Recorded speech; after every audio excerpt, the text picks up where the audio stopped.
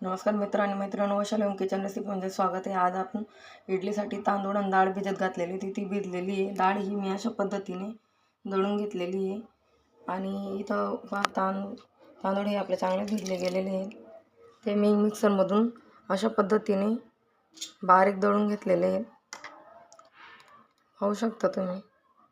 आता हे मिश्रण आपल्याला एकंदरीत करून रात्रभरसाठी पडू द्यायचे आहे। हे मी दुपारी टाकलेलं होतं, त्या पद्धतीने तुम्ही पण दुपारी टाकल्यास संध्याकाळी दळून रात्रभर पडू दिल्यास सकाळी इडल्या ह्या छान पद्धतीने येतात।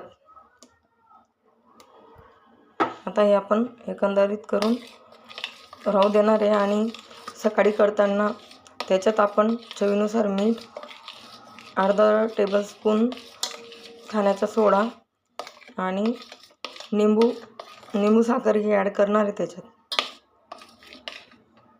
आणि आपल्याला आवडीनुसार त्या पद्धतीने आपण इडली पात्रामध्ये इडली ही तयार करू शकतो।